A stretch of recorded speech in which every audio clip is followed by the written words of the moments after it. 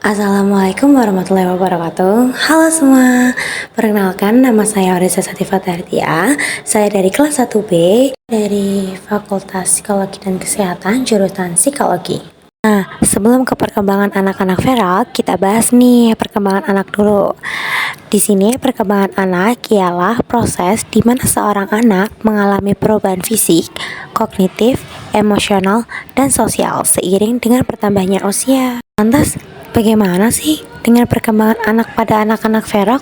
Ada yang tahu gak nih guys? Oke, di sini coba saya jelaskan ya tentang fenomena anak feral. Nah, anak-anak feral atau secara umum disebut dengan anak-anak yang tumbuh dan berkembang tanpa ada campur tangan manusia. Mereka bisa berada di bawah asuhan hewan. Jadi, semua kehidupannya itu tuh kayak diasuh dengan hewan gitu loh, hidup dengan hewan, makan dengan hewan. Bahkan mereka pun bisa saja nggak bisa ngomong nih guys. Jadi kayak mereka lebih ke bahasa isyarat gitu. Nah nih guys, aku punya contoh studi kasus nih, yaitu kasus Marina Chapman. Adalah salah satu contoh yang terkenal dari anak-anak yang disebut anak feral, yakni anak yang tumbuh tanpa kontak manusia dan beradaptasi dengan lingkungan alam liar. Kalian mau tahu nggak nih ceritanya gimana? Nah guys, di sini aku mau ceritain kisah singkatnya Marina Chapman. Nah, awal mulanya Marina itu diculik sama segerombolan penculik nih. Saat itu Marina lagi berusia 5 tahun loh guys. Nah, kemudian si Marina ini tuh ternyata ditelantarin di hutan. Bahkan di hutan yang sangat liar gitu. Tanpa bener-bener gak ada penduduknya gitu loh guys. Nah, setelah ditelantarin di hutan nih, gak lama Marina ternyata ditemuin nih sama segerombolan monyet. Nah, kalian tahu ternyata ada salah satu monyet yang dari mereka segerombolan monyet itu datang ke Marina nih, kayak kepo ini, kayak anak dari mana nih, siapa lo, gitu nih guys.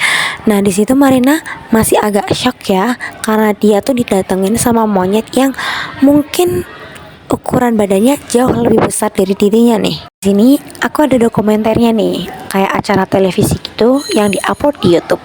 Di sini judulnya ada Extraordinary People, judulnya The Girl Raised by Monkeys tahun 2013. Selain itu aku ada dokumentasi fisiknya nih, yaitu buku yang berjudul The Girl with No Name tahun 2013 juga nih. Nah, di sini aku ada karakteristik pada anak-anak feral, di mana yang pertama yaitu perilaku seperti hewani, kedua kurangnya keterampilan bahasa, ketiga kurangnya bersosialisasi, empat adaptasi di alam liar, lima keterlambatan fisik dan mental, keenam kurangnya kebersihan diri dan kesadaran diri. Untuk perkembangan secara fisik, terutama pada Marina Chapman, yaitu tentang ketahanan tubuhnya nih, di mana Marina Chapman ini mengembangkan kemampuan fisik untuk bertahan hidup di hutan. Nah, kan kalian tahu nih, si Marina Chapman ini tuh hidup sama monyet, di mana monyet tuh pasti berlari dan manjat-manjat gitu. Pasti si Marina Chapman ini juga ngikutin, bahkan ataupun diajak nih sama si monyet.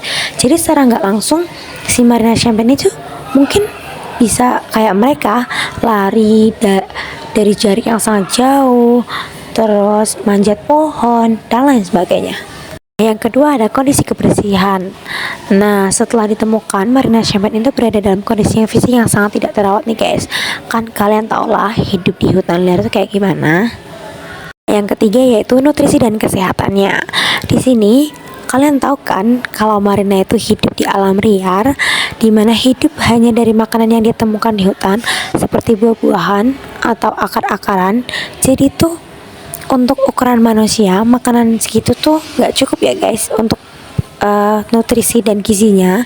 Jadi saat ditemukan itu tuh Marina lebih kayak kurus gitu loh guys, tapi masih kuat, masih strong girl. Sini ada dampak perkembangannya nih secara fisik, di mana Marina Chapman memerlukan waktu untuk beradaptasi dengan kehidupan manusianya, termasuk dalam pola makan, kebersihan dan kesehatan secara umum. Di mana saat dia di hutan itu tuh dia kan makannya apa aja nih yang ditemukin, jadi tuh nggak terawat gitu, nggak ada polanya. Nah, untuk perkembangan secara mentalnya, yaitu yang pertama adalah trauma dan ketidakpercayaannya pada orang lain. terutama pada Marina Champagne nih guys, yaitu tentang trauma masa kecilnya. Dan ternyata Marina Champagne ini tuh mengalami PTSD nih, Post Traumatic Stress Disorder. Nah, yang kedua yaitu kesulitan sosialisasi, di mana keterbatasan bahasa. Yang kalian tahu nih, Marina Champagne kan hidupnya kan di alam liar, nggak ada manusia sama sekali.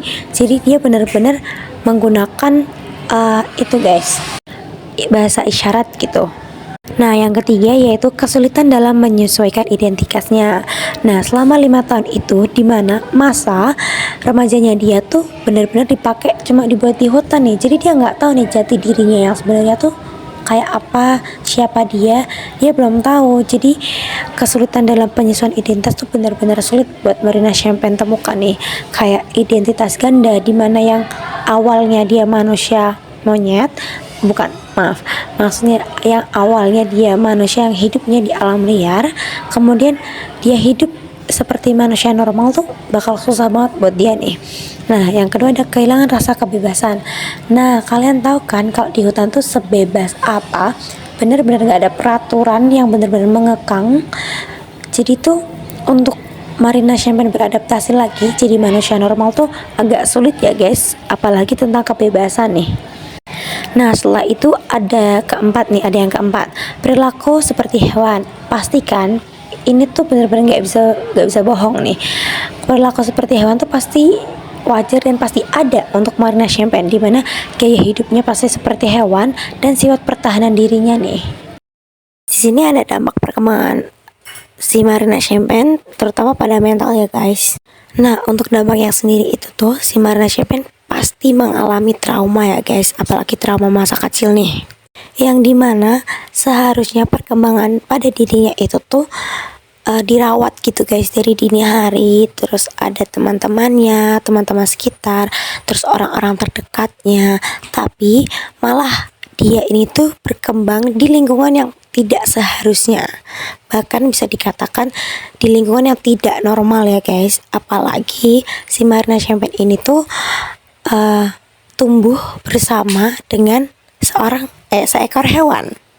Di sini tuh ada rehabilitasinya dan pemulihan secara psikologisnya nih, terutama pada dukungan keluarga. Setelah ditemukan, Marina diadopsi oleh keluarga manusia yang membantu dia tuh selama proses rehabilitasinya nih. Jadi secara nggak langsung Marina ini tuh didukung oleh keluarga barunya dengan dukungan yang lebih ke pemulihan psikologinya nih. Jadi benar-benar dibantu secara mental, secara fisik, bahkan dari segi apapun nih. Nah, kemudian ada terapi psikologi, di mana proses ini tuh kemungkinan membutuhkan waktu yang bertahun-tahun dan harus ditangani secara bertahap. Jadi nggak bisa secara spontan ya guys, secara instan maksudnya. Jadi sekian penjelasan yang bisa aku jelasin buat kalian nih tentang perkembangan anak-anak feral. So, kurang lebihnya aku minta maaf kalau ada salah kata, juga tolong dimaafin ya guys. Dan sekian, terima kasih, bye bye.